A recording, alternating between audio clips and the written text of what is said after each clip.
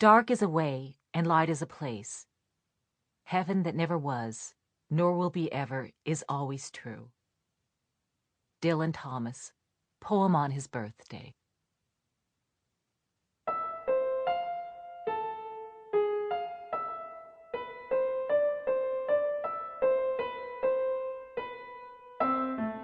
Simon & Schuster Audio presents The Glass Castle, a memoir by Jeannette Walls. Read by the author. To John, for convincing me that everyone who is interesting has a past.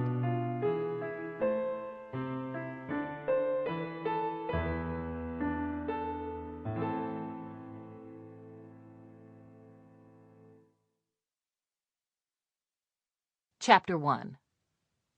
A Woman on the Street. I was sitting in a taxi, wondering if I had overdressed for the evening, when I looked out the window and saw Mom, rooting through a dumpster. It was just after dark. A blustery March wind whipped the steam coming out of the manholes, and people hurried along the sidewalks with their collars turned up. I was stuck in traffic 2 blocks from the party where I was heading. Mom stood 15 feet away.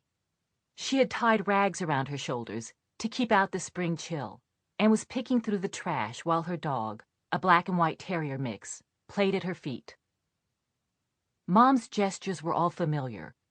The way she tilted her head and thrust out her lower lip when she was studying items of potential value that she'd hoisted out of the dumpster. The way her eyes widened with childish glee when she found something she liked. Her long hair was streaked with gray, tangled and matted, and her eyes had sunk deep into their sockets. But she still reminded me of the Mom she'd been when I was a kid, swan diving off cliffs and painting in the desert and reading Shakespeare aloud. Her cheekbones were still high and strong, but the skin was parched and ruddy from all those winters and summers exposed to the elements. To the people walking by, she probably looked like any of the thousands of homeless people in New York City. It had been months since I laid eyes on Mom, and when she looked up, I was overcome with panic that she'd see me and call out my name, and that someone on the way to the same party would spot us together, and Mom would introduce herself, and my secret would be out.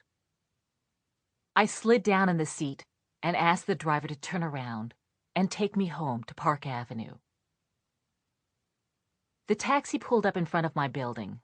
The doorman held the door for me, and the elevator man... Sample complete. Ready to continue?